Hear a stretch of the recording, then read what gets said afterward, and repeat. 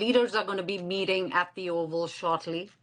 And it's not just the Pakistani Prime Minister, but it's also General Munir who will be a part of this conversation at the Oval today.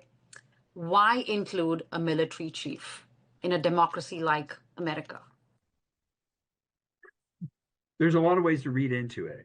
Obviously, if I had inside knowledge to do exactly what the Trump administration is doing or Pakistan's government was doing, then I could, precisely answer this. However, I think what I could infer from it is the Trump administration has made very clear, even to the extent of renaming the Department of Defense, the Department of War.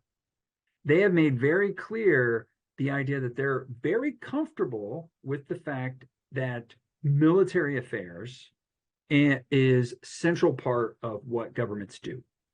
And so I can completely see where, especially if you start looking at other things, if you start looking at like Bagram, the fact that the Trump administration is making these demands to regain the air base in Afghanistan.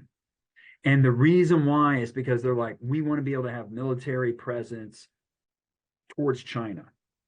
I can completely see where the Trump administration is viewing the importance of Pakistan from that frame. They are an ally who gives us, if you want to use the word that we use, access. If we have a presence there, it puts us that much closer to China, puts our assets closer to China and Iran.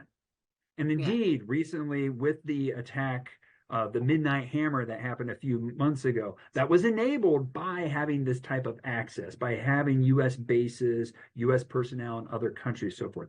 So I think we're viewed from that framework that the Trump administration absolutely has military policy as like the forefront of foreign policy. Then it makes sense that it's like, well, why would we not have Pakistan's military officials be part of this conversation? Because that's like a central part of why we're going to be talking with them. What's interesting is that's not really a departure for the United States. Pakistan's always been critical from a security standpoint. It's just that the Trump administration is much more, hence renaming Department of Defense, Department of War. They're just much more willing to be open about it and be like, look, yeah, we want military officials here because we want them to talk to our military officials, or Trump wants to talk to them directly. So I think that for me would be what this points to.